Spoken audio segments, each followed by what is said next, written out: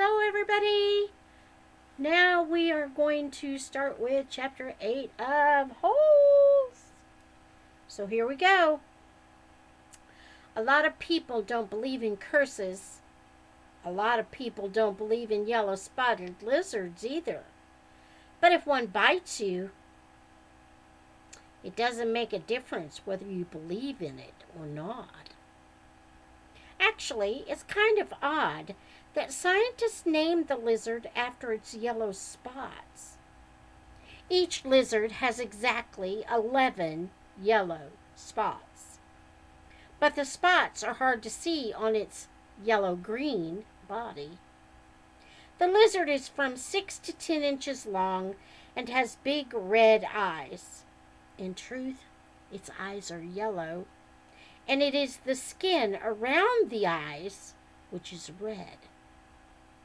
But everyone always speaks of its red eyes. It also has black teeth and a milky white tongue. Looking at one, you would have thought that it should have been named a red-eyed lizard or a black-toothed lizard, or perhaps a white-tongued lizard. If you've ever been close enough to see the yellow spots, you are probably dead. The yellow-spotted lizards like to live in holes, which offer shade from the sun and protection from predatory birds. Up to 20 lizards may live in one hole. They have strong, powerful legs and can leap out of very deep holes to attack their prey. They eat small animals, insects, certain cactus thorns, and the shells of sunflower seeds. That's the end of Chapter 8. Chapter 9. Stanley stood in the shower and let the cold water pour over his hot and sore body. It was 4 minutes of heaven. For the second day in a row, he didn't use soap. He was too tired. There was no roof over the shower building, and the walls were raised up 6 inches off the ground, except in the corners. There was no drain in the floor. The water ran out under the walls and evaporated quickly in the sun. He put on his clean set of orange clothes. He returned to his tent, put his dirty clothes in his crate, got out his pen and a box of stationery, and headed to the rec room. The sign on the door said Rec, R-E-C-K, room. Nearly everything in the room was broken. The TV, the pinball machine, the furniture. Even the people looked broken, with their worn-out bodies sprawled over the various chairs and sofas. X-Ray and Armpit were playing pool. The surface of the table reminded Stanley of the surface of the lake. It was full of bumps and holes because so many people had carved their initials into the felt. There was a hole in the far wall, and an electric fan had been placed in front of it. Cheap air conditioning. At least the fan worked. As Stanley made his way across the room, he tripped over an outstretched leg. "Hey, watch it," said an orange lump on a chair. "You watch it," muttered Stanley, too tired to care. "What'd you say?" the lump demanded. "Nothing," said Stanley. The lump rose. He was almost as big as Stanley and a lot tougher. "You said something?" He poked his fat finger in Stanley's neck. "What'd you say?" A crowd quickly formed around them. "Be cool," said X-Ray. He put his hand on Stanley's shoulder. "You don't want to mess with the caveman," he warned. "The caveman's cool," said Armpit. I'm not looking for trouble, Stanley said.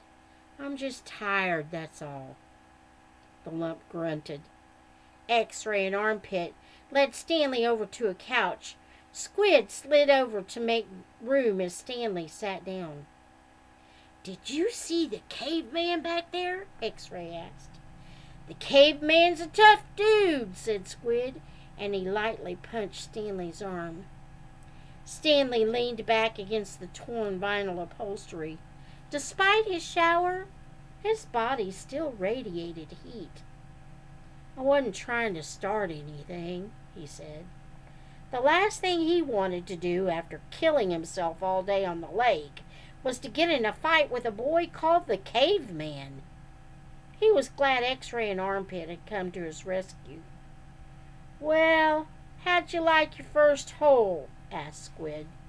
Stanley groaned and the other boys laughed. Well, the first hole's the hardest, said Stanley. No way, said X-Ray. The second hole's a lot harder. You're hurting before you get started. If you think you're sore now, just wait and see how you feel tomorrow morning, right? That's right, said Squid. Plus, the fun's gone, said X-Ray. The fun? Asked Stanley. Don't lie to me, said X-Ray. I bet you always wanted to dig a hole, right? Am I right?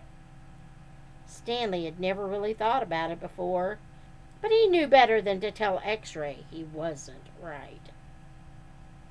Every kid in the world wants to dig a great big hole, said X-Ray. To China, right? Right, said Stanley. See what I mean, said X-Ray. That's what I'm saying, but now the fun's gone, and you still got to do it again and again and again. Camp fun and games, said Stanley. What's in the box? Asked Squid. Stanley had forgotten he had brought it. Paper. I was going to write a letter to my mother. Your mother? Laughed Squid. She'll worry if I don't. Squid scowled. Stanley looked around the room. This was the one place in the camp where the boys could enjoy themselves. And what'd they do? They wrecked it. The glass on the TV was smashed as if someone had put his foot through it. Every table and chair seemed to be missing at least one leg. Everything leaned. He waited to write the letter until after Squid had gotten up and joined the game of pool. Dear Mom, today was my first day at camp, and I've already made some friends. We've been out on the lake all day, so I'm pretty tired. Once I pass the swimming test, I'll get to learn how to water ski. He stopped writing as he became aware that somebody was reading over his shoulder. He turned to see Zero standing behind the couch. I don't want her to worry about me, he explained. Zero said nothing. He just stared at the letter with a serious, almost angry look on his face. Stanley slipped it back into the stationery box. Did the shoes have red X's on the back? Zero asked him. It took Stanley a moment, but then he realized Zero was asking about Clyde Livingston's shoes. Yes, they did, he said. He wondered how Zero knew that. Brand X was a popular brand of sneakers. Maybe Clyde Livingston made a commercial for them. Zero stared at him for a moment with the same intensity with which he had been staring at the letter. Stanley poked his finger through a hole in the vinyl couch and pulled out some of the stuffing. He wasn't aware of what he was doing. Come on, Caveman. Dinner, said Armpit. You coming, Caveman? Said Squid. Stanley looked around to see that Armpit and Squid were talking to him. Sure, he said. He put the piece of stationery back in the box. then got up and followed the boys out to the tables. The lump wasn't the caveman. He was. He shrugged his left shoulder. It was better than Barf Bag.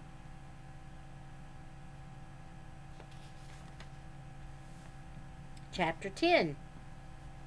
Stanley had no trouble falling asleep, but morning came much too quickly. Every muscle and joint in his body ached as he tried to get out of bed. He didn't think it was possible, but his body hurt more than it had the day before.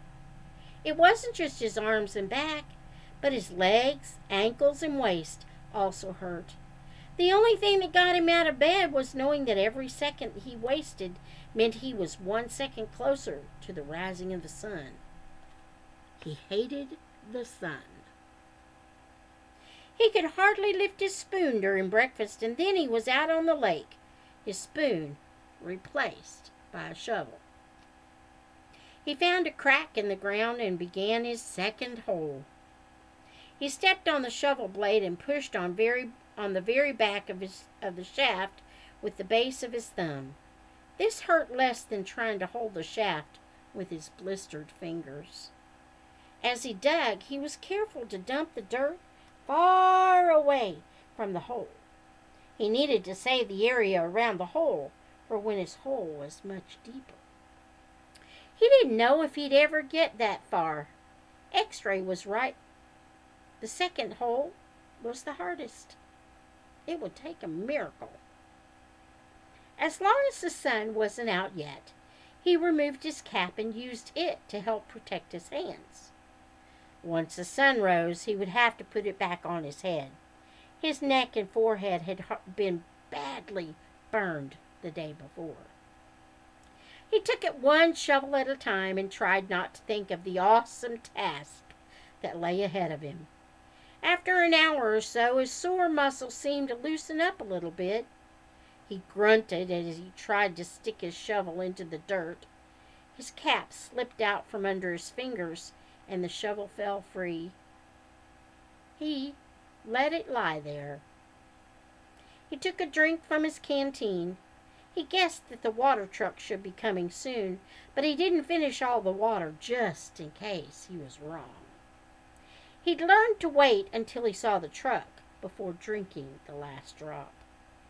The sun wasn't up yet, but its rays arced over the horizon and brought light to the sky.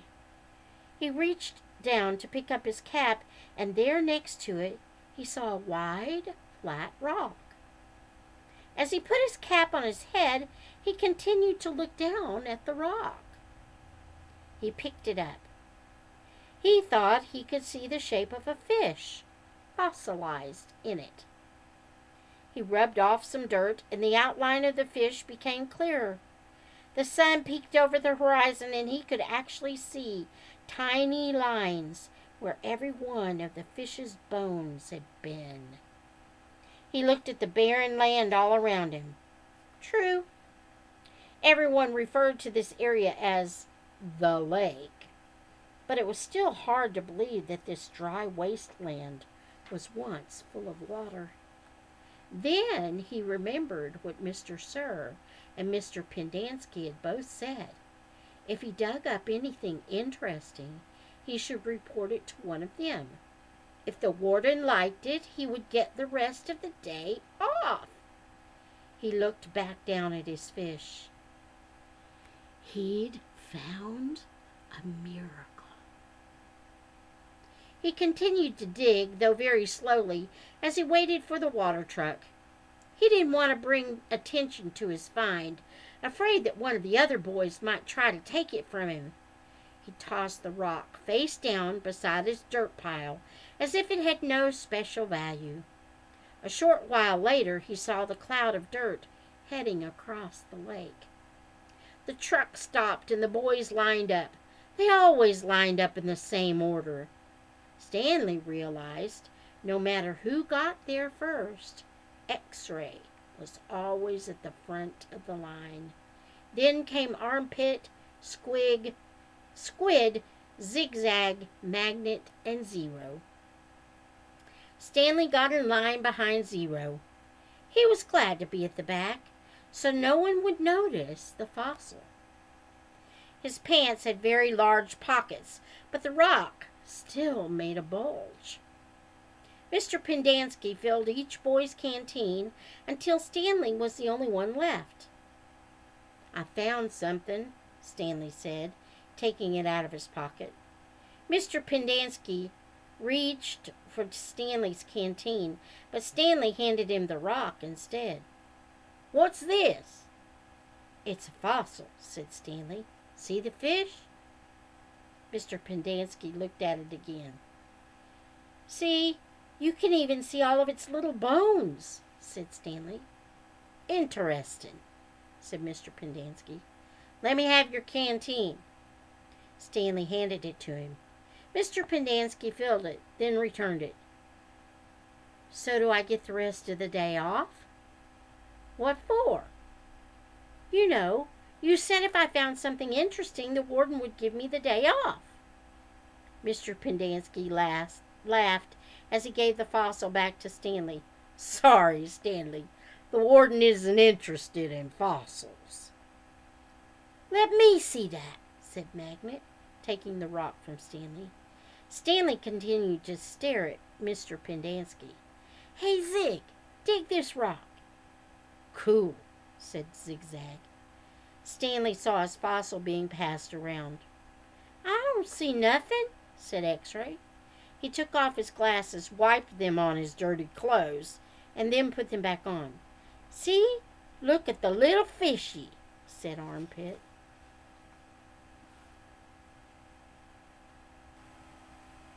Chapter 11. Stanley returned to his hole. It wasn't fair. Mr. Pendanski had even said his fossil was interesting. He slammed his shovel into the ground and pried up another piece of earth. After a while, he noticed X-Ray had come by and was watching him dig. "Hey, caveman, let me talk to you a second," X-Ray said. Stanley put down his shovel and stepped up out of his hole. "Say, listen," said X-Ray. "If you find something else, give it to me, okay?" Stanley wasn't sure what to say. X-Ray was clearly the leader of the group, and Stanley didn't want to get on his bad side. "You're new here, right?" said X-Ray. "I've been here for almost a year. I've never found anything. You know my eyesight's not so good. No one knows this, but you know why my name's X-Ray?" Stanley shrugged one shoulder. "It's Pig Latin for Rex. That's all. I'm too blind to find anything." Stanley tried to remember how Pig Latin worked. X-Ray went on, "Why should you get the day off when you've only been here a couple of days? If anybody gets a day off, it should be me. That's only fair, right?" "I guess," Stanley agreed. X-Ray smiled. "You're a good guy, caveman." Stanley picked up his shovel. The more he thought about it, the more he was glad he agreed to let X-Ray to have anything he might find. If he was going to survive at Camp Green Lake, it was far more important that X-Ray think he was a good guy than it was for him to get one day off. Besides, he didn't expect to find anything anyway. There probably wasn't anything of interest out there, and even if there was, he'd never been what you could call lucky. He slammed his blade into the ground, then dumped out another shovel full of dirt. It was a little surprising, he thought, that X-Ray was the leader of the group, since he obviously wasn't the biggest or the toughest. In fact, except for Zero, X-Ray was the smallest. Armpit was the biggest. Zigzag may have been taller than Armpit, but that was only because of his neck. Yet, Armpit and all the others seemed to be willing to do whatever X-Ray asked of them. As Stanley dug up another shovelful of dirt, it occurred to him that Armpit wasn't the biggest. He, the caveman, was bigger. He was glad they called him Caveman. It meant they accepted him as a member of the group. He would have been glad even if they called him Barf Bag. It was really quite remarkable to him. At school, bullies like Derek Dunn used to pick on him. Yet, Derek Dunn would be scared senseless by any of the boys here. As he dug his hole, Stanley thought about what it would be like if Derek Dunn had to fight Armpit or Squid. Derek wouldn't stand a chance. He imagined what it would be like if he became good friends with all of them, and then for some reason they all went with him to his school, and then Derek Dunn tried to steal his notebook. "Just what do you think you're doing?" asked Squid as he slams his hand into Derek Dunn's smug face. "Caveman's our friend," says Armpit, grabbing him by the shirt collar. Stanley played the scene over and over again in his mind, each time watching another boy from Group D beat up Derek Dunn. It helped him dig his hole and ease his own suffering. Whatever pain he felt was being felt 10 times worse by Derek. Chapter 12. Again, Stanley was the last one to finish digging. It was late afternoon when he dragged himself back to the compound. This time he would have accepted a ride on the truck if it was offered. When he got to the tent, he found Mr. Pendanski and the other boys sitting in a circle on the ground. "Welcome, Stanley," said Mr. Pendanski. "Hey, Caveman, you get your hole dug?" asked Magnet. He managed a nod. "You spit in it?" asked Squid. He nodded again. "You're right," he said to X-Ray. "The second hole's the hardest." X-Ray shook his head. "The third hole's the hardest," he said. "Come join our circle," said Mr. Pendanski. Stanley plopped down between Squid and Magnet. He needed to rest up before taking a shower. "We've been discussing what we would want to do with our lives," said Mr. Pendanski. "We're not going to be at Camp Green Lake forever. We need to prepare for the day we leave here and join the rest of society." "Hey, that's great, Mom," said Magnet. "They're going to finally let you out of here." "Ha ha ha!" the other boys laughed. "Okay, Jose," said Mr. Pendanski. "What do you want to do with your life?" "I don't know," said Magnet. "You need to think about that," said Mr. Pendanski. "It's important to have goals. Otherwise, you're going to end up right back in jail. What do you like to do?" "I don't know," said Magnet. "You must like something," said Mr. Pendanski. "I like animals," said Magnet. "Good," said Mr. Pendanski. "Does anyone know of any jobs that involve animals?" "Veterinarian," said Armpit. "That's right," said Mr. Pendanski. "He could work in a zoo," said Zigzag. "He belongs in the zoo," said Squid. Then he and X-Ray laughed. "How about you, Stanley? Any ideas for Jose?" Stanley sighed. "Animal trainer," he said, "like for the circus or movies or something like that." "Any of those jobs sound good to you, Jose?" asked Mr. Pendanski.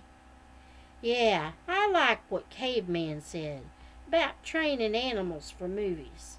I think it would be fun to train monkeys." "Ha ha!" X-Ray laughed. "Don't laugh, Rex," said Mr. Pendanski. "We don't laugh at people's dreams. Someone is going to have to train monkeys for the movies." "Who are you kidding, Mom?" asked X-Ray. "Magnet's never going to be a monkey trainer." "You don't know that," said Mr. Pendanski. "I'm not saying it's going to be easy. Nothing in life is easy. But that's no reason to give up. You'll be surprised what you can accomplish if you set your mind to it." After all, you only have one life, so you should try to make the most of it. Stanley tried to figure out what he'd say if Mr. Pendanski asked him what he wanted to do with his life. He used to think he wanted to work for the FBI, but this didn't seem the appropriate place to mention that. So far, you've all done a pretty good job at messing up your lives, said Mr. Pendanski. I know you think you're cool.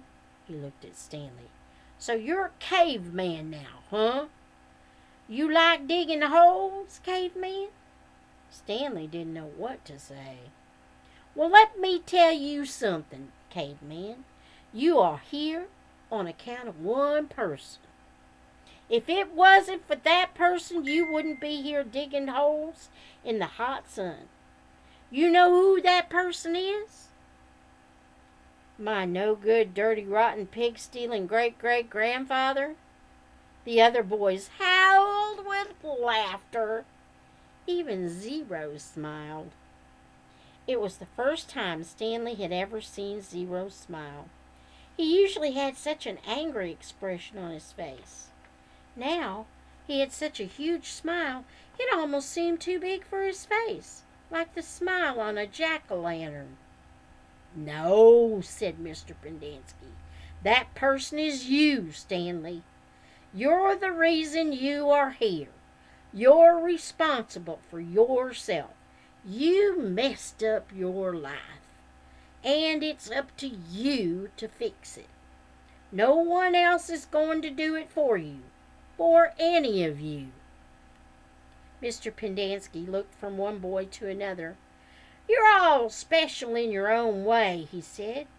You've all got something to offer. You have to think about what you want to do, then do it. Even you, Zero. You're not completely worthless. The smile was now gone from Zero's face. What do you want to do with your life, Mr. Pendanski asked him. Zero's mouth was shut tight as he glared at Mr. Pendanski. His dark eyes seemed to expand. What about it, Zero? asked Mr. Pendanski. What do you like to do? I like to dig holes. And that's the end of chapter 12. Until next time, may the Lord bless you and keep you. May he make his face to shine upon you and be gracious to you. May the Lord lift up his countenance upon you and grant you his peace.